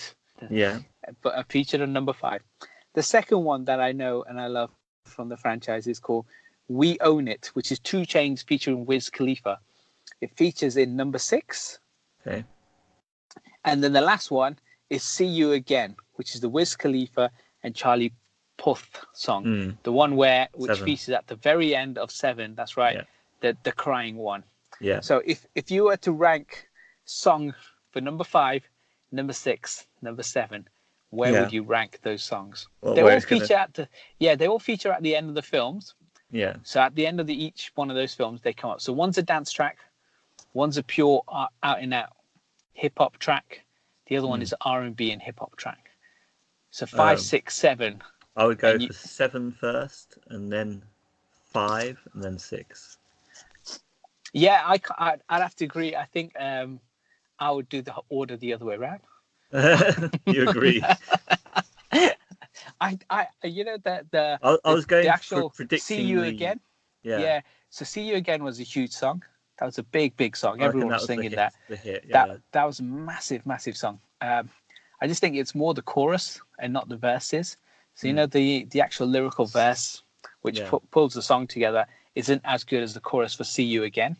Yeah. I think that "See You Again," the words that come across in that song, which plays at the very end of the film, I think that has a more powerful meaning than the rest of the song. It's because it's to do with the death of the actors. Paul Walker. Yeah. But "We Own It," which has got 2 Chainz and Wiz Khalifa, he says in one of the lines in the rap, he does say, "We went from stealing something to big guns and big things," and it's literally. He summarized all the films in 2 lines of his lyrics to say, basically went from nothing to now stealing all these big things. These players. Exactly. That's why I quite like that song. That's why. But for me, my preference would be number 5, which is the Lucenzo song, which is such an upbeat Brazilian kind of Latin America kind of vibe to it. Cool. And it really goes with that film, I think, because it's cinematically in that area and they're stealing all that money, a bunch of thieves. But it's that summery feel that goes with this film. And I think the other two, because I'm not saying hip hop songs aren't summery enough, but that one suits because these films come out about April, May time. And in England, that's kind of when we get into the warmer period of time where we have the 1 month of rain. So for me, that kind of suits the film. Well, it does rain as well. But we might get a bit of sun. Yeah. And looking at these other songs on here, there's stuff from Pitbull, which I've never heard of. G-Eazy, never heard of. Young Thug, never heard of that song. Kid Ink, another song by Don Omar. But yeah, there's nothing on these singles from Ludacris, from Tyrese, or from Ja Rule, or Bow Wow, which is weird because you've got them in your film. You've got rappers in your film and you don't put them on your singles. Thing is, it's about their style, and also they obviously want to act rather than rap. So I guess trying to make them rap when they want to act might be a bit insulting. Or maybe you're saying they're crap. Crap at rapping. Basically. I mean, yeah. Why didn't they use it as a vehicle to sell their rap? Yeah, it's front and center. Exactly, because Will Smith used to do it back in the day. He had the Men in Black songs. Yeah. He had the Wild Wild West song. He used to do that for a few of the songs. DMX has done lead singles for films as well. Yeah. I think they missed a trick there. Maybe Furious 9. Yeah, they could have written songs for the movies. Maybe they don't write their own songs, really. That's what it is. Shots fired. You hear that, Ludacris? Oh, they're coming for me. They're coming for you now. Just write. You're saying... If you can write a song, you can write your own songs. Prove it by writing My Guy Reviews, a soundtrack to the Fast and Furious films. If you can't, then don't bring it. Just write it for us. Shots fired at Ludacris. Ja don't care because I'm sure he's got his own problems right now. But wow, poor Ludacris. He's gunning for you. That was you. That's all you. That's got nothing to do with me. If I met Ludacris, I'd be like, I love you, Luda. That song that you had #1 spot, I loved it. Area Codes, loved it. So that's our review of the franchise Fast and Furious films. Hobbs and Shaw, which is coming out or is out. How excited are you for this new Jason Statham rock vehicle? I'm kind of looking for. I like the actors. Yes. And they're back and forth, but that's all the film is. So yeah, I'm excited for the actors. Alba's in it as well. Okay. Well, I mean, villain. Yeah. Oh yeah. Yeah, I don't know. I'm not that excited for it. What about you? I'm super excited for this one because I love Statham. I love the actor. I love Dwayne and I love Idris Elba as well. I think what they've done is gone back to the roots where they've gone, let's go British villain. So they brought Idris Elba in. They've had a British hero as well, Statham. Yeah, he was the villain in #7. His brother was the villain in #6. So they've had this at least in 3 films now. They've gone for British villains. So yeah, they've chucked him in. I mean, for me, this is 5th gear. I'm really looking forward to this. Yeah, I think anything Jason Statham's in, regardless of films, I'll watch it anyway. I know some of them turn out to be rubbish, but I still watch it. Anything with Dwayne in, I'd watch it as well. And I love Idris Elba. I just think he hasn't had a vehicle to kind of showcase his talents. Like, he's such a good actor. Okay. And I really hope this is his massive breakthrough to get bigger roles. Having not seen it yet, would you give it star rating? This is 5th gear already. This is 5th gear. Yeah, this is Fast and Furious 5 was 5th gear, but I hit the NOS button. That's the quickest, and that's the best you can go. So this is Jason Statham, Dwayne The Rock Johnson, Idris Elba. I'm already in 5th gear. Yeah. And I mean, I've not hit the NOS button yet. Yeah. I think as soon as slip it into 6th and be ready. There is no 6th. Why not? Not in my car. My car goes to 5. Car. Goes. You need to get a new car. Fast and Furious ready. You need a Hobbs and Shaw ready car. It's not ready. I do. For next week. Once I've seen the film this weekend, you'll be slamming on the brakes. I'll come back and I'll say into first. This car was in neutral the whole time. It never took off. It never moved. It was awful. Go and get your car crushed. Yes. Well, I hope not. I hope this is just a great film. Yeah, it should be okay. We'll see. You love the franchise as a whole. I'm surprised you're so far I never liked French. I never even liked Fast and Furious. But you were banging on about how these are all 4-star films. The cinematic side of it, yeah, that's good. It's good fun once it's past number 5, 5, 6, 7, and 8. It's just good fun. Oh. So the fact they were doing other stuff, not really focused on driving, because it's Hobbs and Shaw doing stuff down buildings and stuff. So they're still driving. What to expect, really? Just call it Fast and Furious 9 then. Sure, they are making a Fast and Furious 9. I told you, this is a separate movie. So we've finished the franchise talk. Now we do our segment. So this is called My Guy Quick Reviews, where we talk about stuff that we've been doing. So films, music, games, books, whatever we've been reading. Kind of give it a quick review. So what have you been up to, Monkey? Okay, so I watched The Lion King. Finally, because you made me wait so long, I had to go watch Lion King myself. You did as well. Oh, excellent. What did you think? Hated it. Hated it, yeah? Really? Because I went in knowing that I loved the original, and then I sat down, and then the very first shot of the Serengeti, and then seeing the animals moving exactly the same way for the circle of life. Yeah. All the way to where Rafiki picks up Simba and presents him. All of that is the same. It's almost shot for shot. Exactly the same, yeah.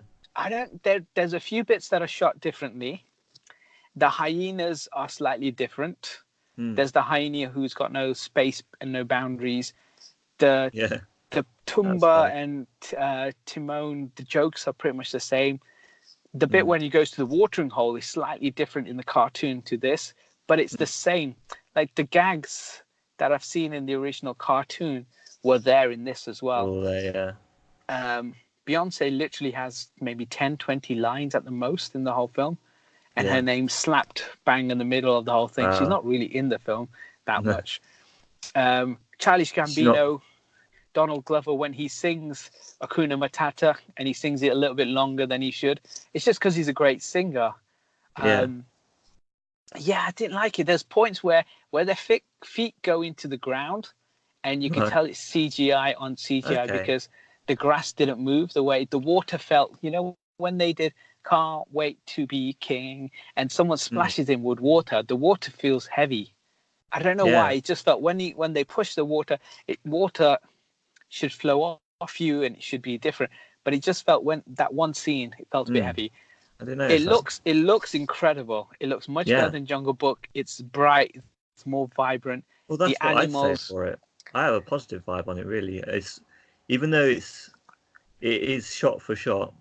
It's so close to the original, but at the same time, at least it keeps everything from the original. It doesn't lose too much. Well, the Mufasa bit's different. I didn't like that either. And also the because it didn't say SEX in the sky. True. I was waiting for that. I thought, hey, at least they can CGI that bit. Yeah, true. I didn't see that either. Yeah. The talking's a bit weird, don't you think? That's the thing, though. I heard that. So what I was expecting when I was going in was I've seen people saying that, you know, obviously real animals, or closer to looking like real animals talking, was weird, and then especially when they start singing, like what is off-putting. But I didn't find that at all. I thought it was perfectly all quite natural, and the fact that they had it trying to look like real nature. It was just quite nice. It was quite nice to watch, like these moments where they would just go through naturey looking things and birds fluttering about and stuff like that. Some of it looks when they're running and the camera's out a bit further away, it looks CGI. You can tell that's not. When they come in close, it looks amazing. There's a bit with the dung beetle that looks really good. Yeah. And he's just pushing the dung around. You know, the bit when Simba's fur is being floating around. That dung beetle just pushing that thing looks amazing. Some of the CGI and the photorealistic stuff looks incredible, and then some of it is just like, you know, it's not real because of the way it kind of does. Yeah, some of the movements were a bit, because they were shot for shot almost as well. Some of the wrestling movements seemed a bit off. They were just like circling around each other rather than actually fighting. But apart from that, I didn't really have a problem with it. He falls right at the very end, right? So they went high. So they go to Pride Rock. There's a fire. Him and Scar go even further up. Scar falls off. That's a massive drop. Spoiler alert in the cartoon. It's a massive drop. And he gets up and he just starts walking. Yeah. He should have limped. He should have been injured. Yeah. He should have been at least limped. Like I thought, I mean, you've done such a good job in doing this whole world, but he fell from such a distance that if he gets up, he should have limped, at least, tiny limp. That would explain why he was vulnerable as well at that point. Otherwise, he could have fought his way out. Yeah, and it doesn't, because if somebody just showed you that clip, you're just like, why didn't he just beat them all up like he's done previously? He should be limping when he. Anyway, I had so many problems with this film. I did not like it. You had problems because there are minor things in CGI. It's not minor. Tiny little things. I have too much nostalgia feel for the original. Nobody else noticed. Yeah, tiny. It is tiny things. To be fair, I was just nitpicking. But compare it to like Toy Story, the original Toy Story, and the original Nemo that you love. I love them. Like how much advanced is it compared to that? It's amazing. Those are masterpieces. The storyline is incredible. It's an original idea. But the animation was... what? Toy Story animation still holds up. It was groundbreaking at the time, and it's still good. It still is. I've watched Nemo recently. You see the kid in Toy Story, it's not on the same level as modern day. A lion. Yeah. A lion walking through the forest. Yeah, I mean... Well, okay. The other thing I watched this week, agree to disagree, that we won't be talking about is Love, Death and Robots. Did you want to watch that? That's got a lot of CGI in it. Some of it photorealistic humans, but we'll talk about that next. I don't have a problem with photorealistic. I keep saying, I just have a problem with someone playing with my childhood emotions in that manner. Yeah, I know what you mean. There's always that nostalgia. Disappointed because you're so connected and fixated with an original. Like if I watch the Aladdin remake, because I've never seen the original. Well, I have seen the original, but I never have any nostalgia towards it. Yeah.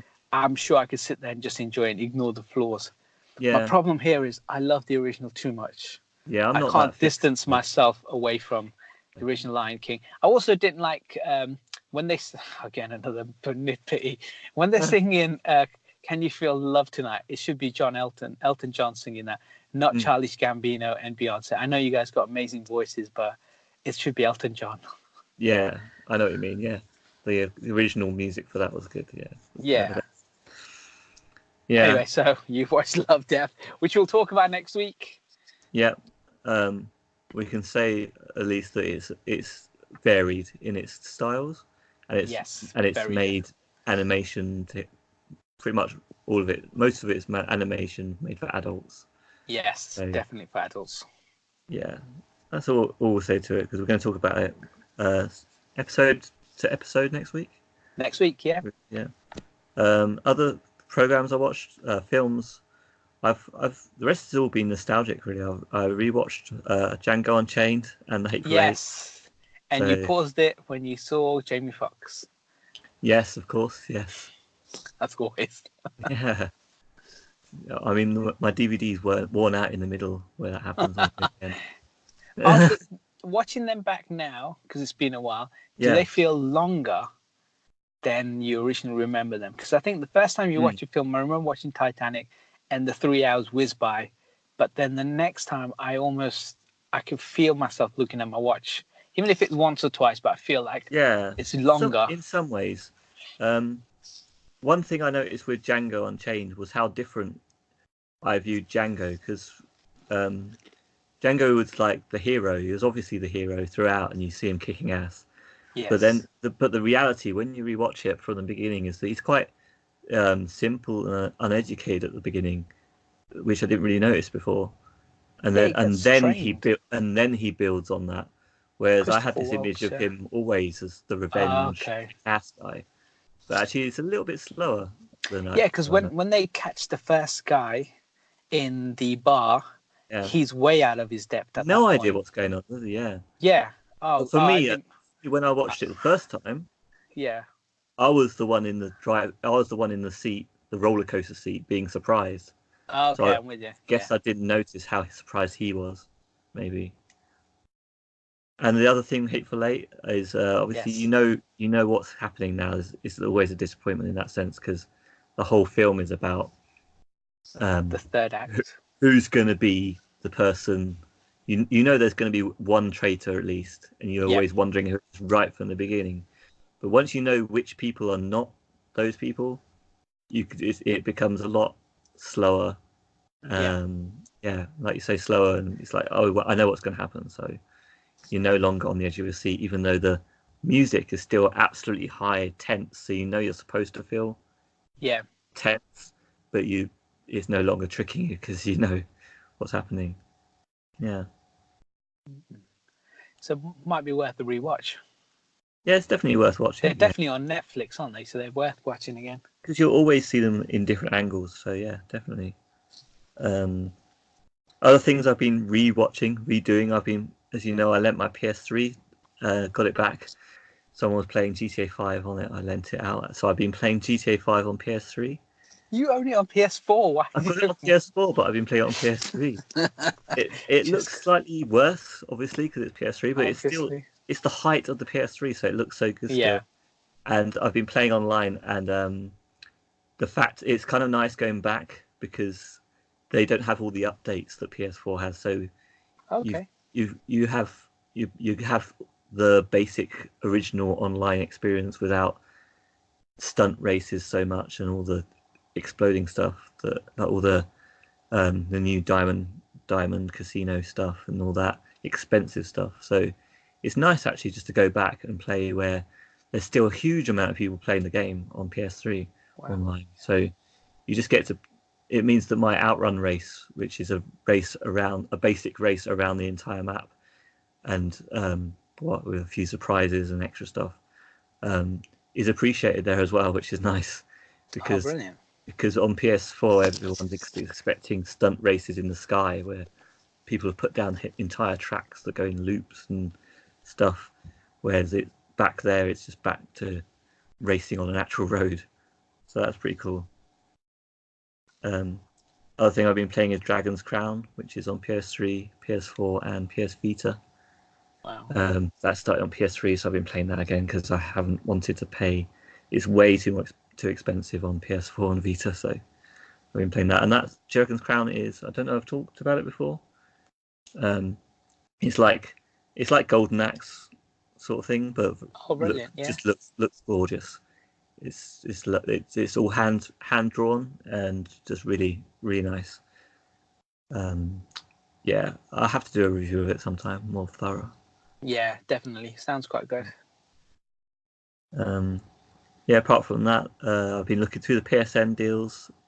There's a summer sale on, but it's only up to 60% savings. So there's loads and loads of deals, but they're kind of not as good as sometimes you get. So I think they're cashing in on the children being off school, hoping they'll just fall for like smaller deals. Yeah, and they'll release more deals about September time, just before the big games come out. So whenever there's the big launch of the games, like Call of Duty will come out, the new FIFA game comes out, all the films that are like all the games are annual, just pre-Christmas, they'll then have a sale just before that time to try and get people to buy the old games instead of the new stuff, which people are already pre-ordering. That might be more to look forward to, September sales. Yeah. Anything else for you? I've been watching What We Do in the Shadows. So there's this film made from the director of Thor Ragnarok and Hunt for the Wilder People. It's both great films. So What We Do in the Shadows is like a mockumentary. It follows a group of vampires. The film is amazing. The TV show is really good as well. Some Matt Berry's in it, and some of it's so funny. Some of it's kind of like it's smile funny, and some of it's laugh out loud funny. But it's just a really good watch. It's on BBC iPlayer. There's 10 episodes, so they're not that long. But they are great.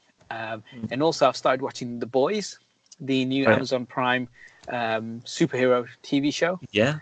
So this is based on Gareth Ennis collection of books. I read the books long time ago. Only the first two books, and a lot of it follows the first two books. And Simon Pegg was originally drawn as one of the characters, Huey. Okay. Now that obviously this is turned into a TV show, but he's a bit older, he's actually playing Huey's dad in this, which is quite cool. A nice little nod to him. Yeah. There's some of the hand-drawn stuff in the comics look amazing. There's this scene with a dog, and he's there's a whole. It's one page. They draw out one page. This smiley, happy dog. It looks amazing. That dog has appeared in the film, the TV show.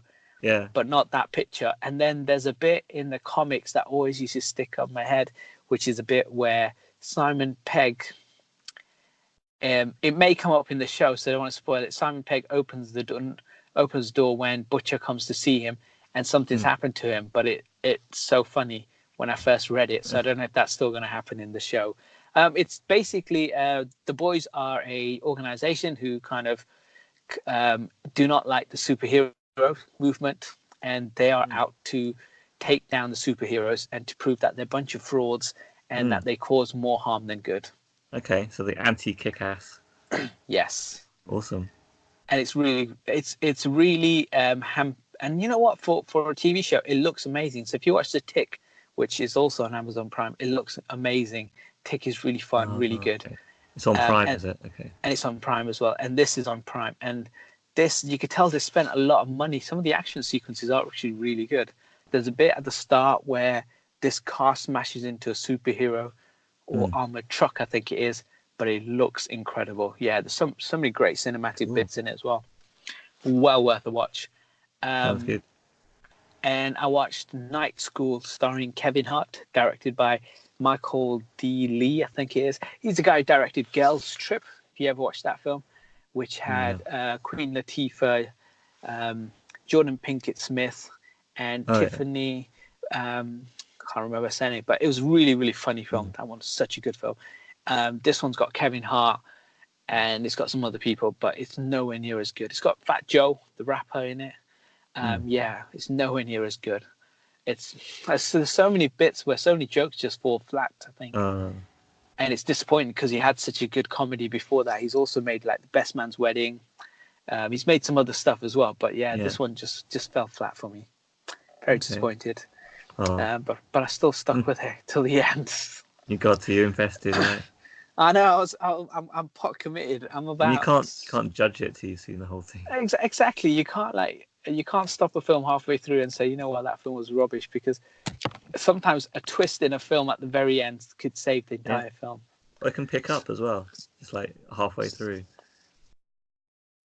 Exactly, it can do, because if it's a 2-hour film, it could just be building up to the last, like Avengers. If you say Avengers in Endgame has no action, well, the actual main action happens in the last hour. So you're right in saying there isn't anything in the first 2 hours, but then it ramps up big time. Okay.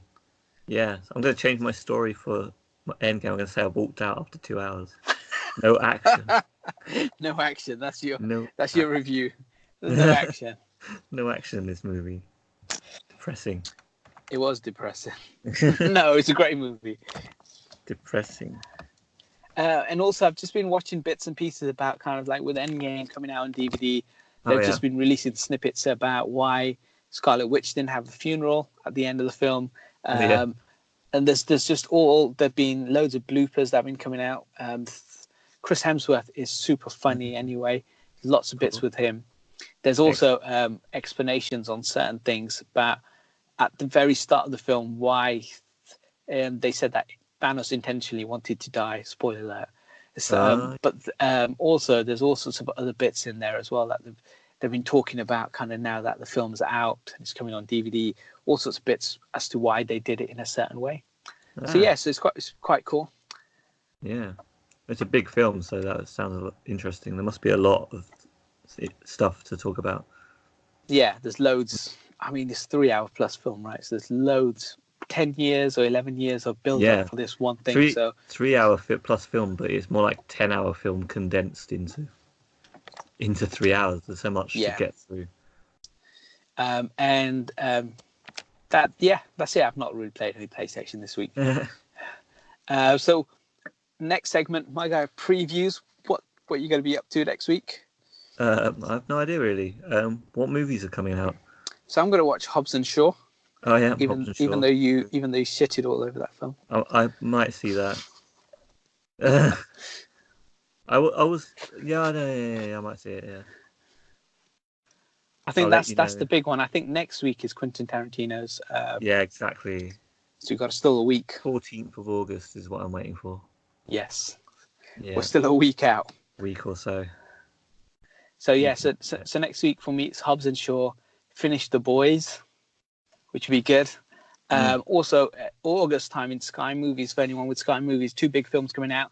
One is James Wan's Aquaman, and the maybe the best comic book film of all time, or at least definitely of last year, which is saying a lot because last year had Infinity War and had Black Panther. Yeah. And it's Spider-Man Into the Spider-Verse.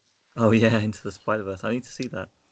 Those in the US have already got that on their Netflix. Lucky people. So yeah. Okay. Definitely. Is it coming to Netflix? I don't know if it is, but it's coming to Sky Cinema for now. Okay. Unless you have VPN or whatever it is. Yeah. You got US VPN, then sure. Help yourself. We don't have to sell VPN like everyone else on YouTube. Yes, exactly. Not that clever. No offense, VPN. No, yeah. Yeah, the only other thing I definitely will be doing next week is rewatching Love, Death and Robots, because I've forgotten it all already and we're going to talk about it next week. So yes. And last thing, the Ashes, it's another cricket thing, starts this week, because England are cricket champions of the world. So now we're going to go defend the Ashes. It's the next big thing. Okay. And the English Barclays Premier League starts as well. It's a football season. Yeah. And if then it's definitely the end of the world. Yes. Signs. I had a conversation with someone who was trying to tell me it's soccer. It's like you're born in England. You play with your feet. It's called football. Exactly. Oh, it's you're American. Yeah. You're born and raised in this country. It's football. Yeah. Crazy. Okay, and where can everyone find us? You want to do our plugs? They can find us everywhere. Twitter. Yeah.